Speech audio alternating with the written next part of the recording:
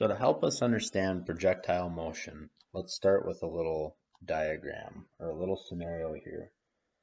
And I'm going to switch to draw mode in Excel, which is a nice new feature that they have.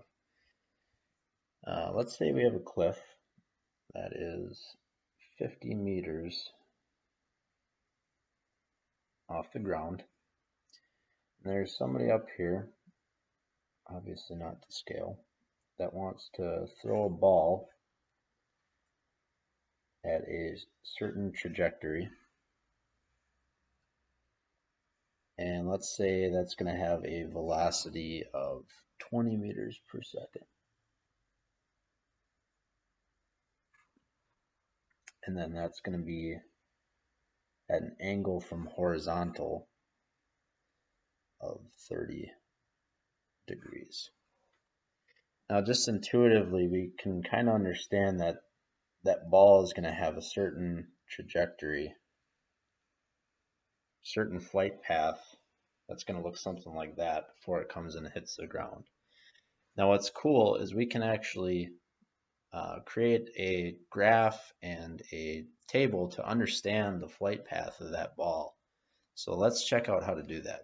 So here I've already started by kind of filling in some of the variables that we know. Our y naught or initial y or height is going to be 50 meters because he was 50 meters up on a cliff. The angle of the projectile was at 30 degrees and it had a v naught or initial velocity of 20 meters per second. And then we know gravity is a constant of negative 9.8 meters per second. So that gravity is going to be accelerating the ball back down to the ground, obviously. So that's always a constant we know. Now, what we can do right away is figure out the velocity in the x direction and the velocity in the y direction. And how we can do that is, remember, we knew that our trajectory was at 20 meters per second at an angle of 30 degrees. And we can break that vector down into its components to get v naught x and v naught y. And v naught x is going to be 20 cosine 30, and v naught y is going to be 20, oops, I don't know why I did that, sine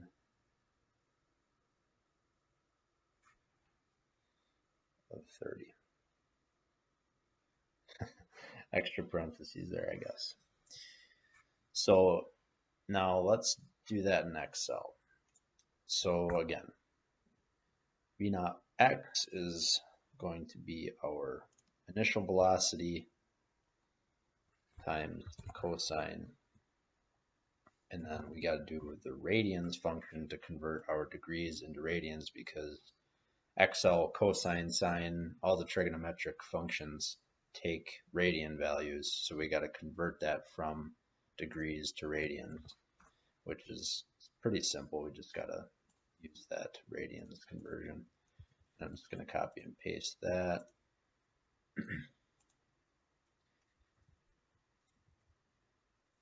And then switch this to sine. So there is our x vector value here, and then our y vector velocity as well. So this is where things get really cool. Using our constants or our known values up here, we can actually set up a table that will describe the x and y position of the projectile over time. So in order to do that, I've added our column titles there, and I'm going to insert a table. And yes, it has headers, and then we're going to look at the x and y position for every 1/10 of a second for 2, and let's go 4.5 seconds. 4.5 seconds. All right. So here we have our time intervals every 10th of a second, and then we can use some equations to figure out the x and y position. And just to keep things simple, we're going to assume that there's no drag, there's no air resistance, and then all other variables like that are kind of excluded from these calculations, just to keep things simple. But the equation for the x location is pretty simple. It's going to be our initial x velocity, so our velocity in the x position times time. So if you just think about that, the x velocity is in meters per second. So for every second, it's going to travel this many meters. So the y equation is a little bit trickier, and that uses this formula here, or we're going to use a variation of this formula. So now there's a little bit of math left, but bear with me and we're going to get into the cool stuff. So this formula does not include a initial y position.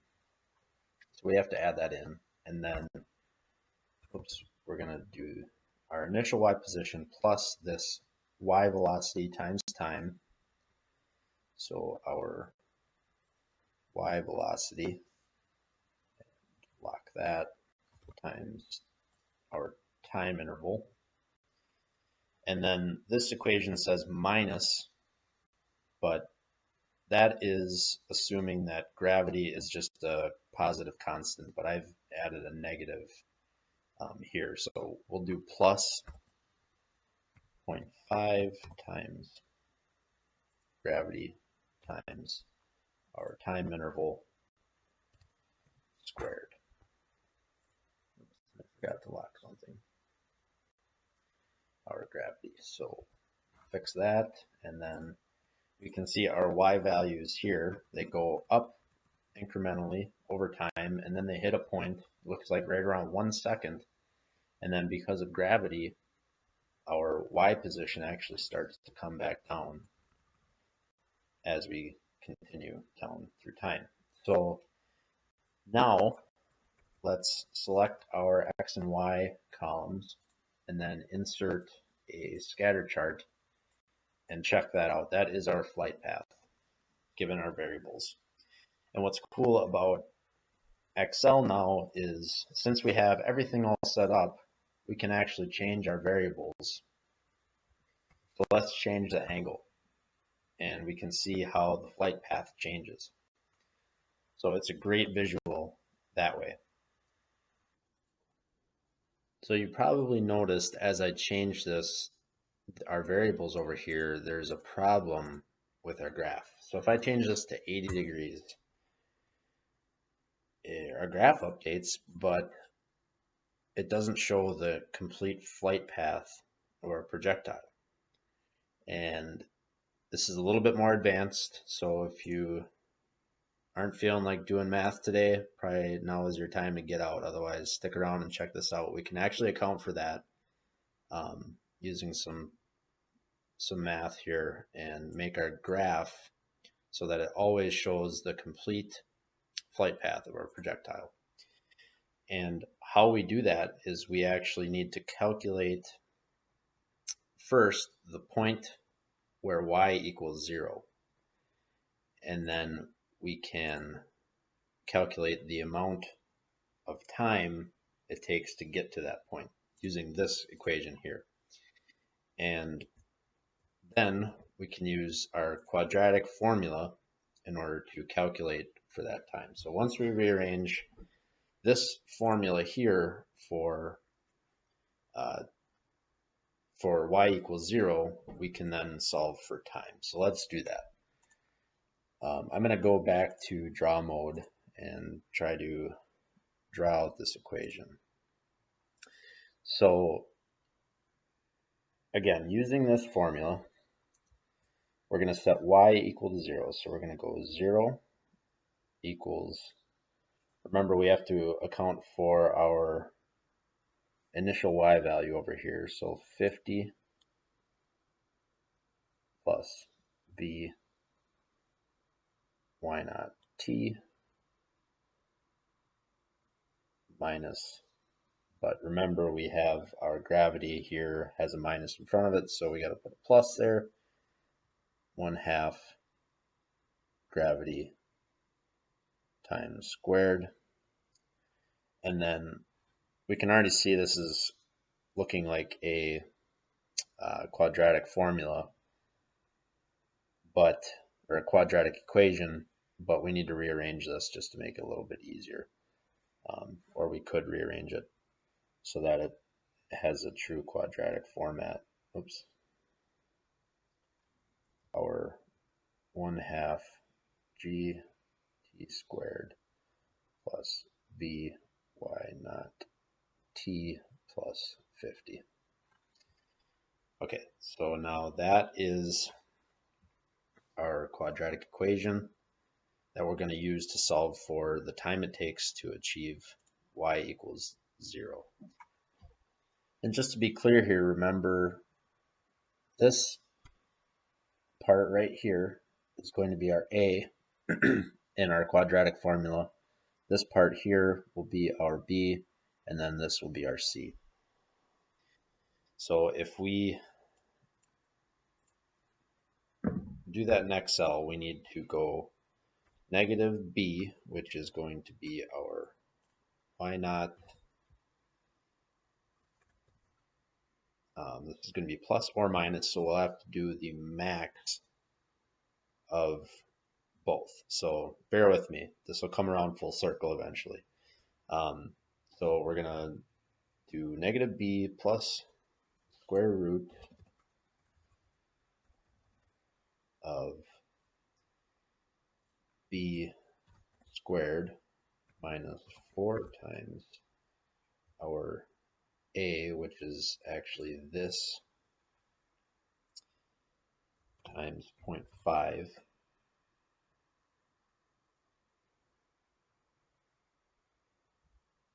times our c, which is this. And then all of that over 2 times our a value, which is this. That work?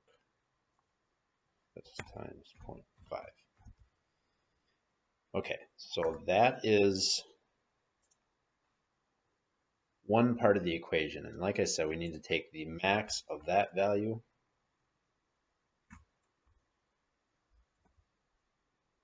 and the same thing, but minus instead of plus. So let's take that, copy and paste it there, and switch this to a minus. So this is the exact time at which the projectile will hit the ground or come back to the 0 location. So why is this number important? Well, if we just take this formula and we move it over here, and then we're going to label it total time because it's the total time that our projectile is in the air. So now we have that as a constant. That's in seconds.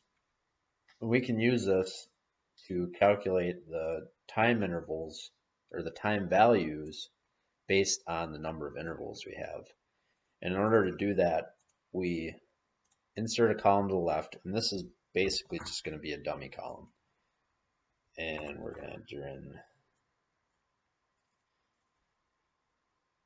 our number of time intervals there, and then what we can do is go into here and say equals our previous time value plus our total time, lock that, divided by the count of this column then, and then that's going to be minus 1. Enter, and then if we fill that down, we can see that our graph now ends exactly where y equals 0. And it always will, because we've set up the formula so that the total flight time is always calculated based on all of our variables. So if we change this to 1,000 meters, we can see the flight path then of our projectile no matter what values we enter into here. So pretty cool. Then as always, I like to make everything look nice. So we'll give this a nice title, projectile motion graph, and then we'll use my favorite design here, of course. And then the last thing we can do is add our axis titles.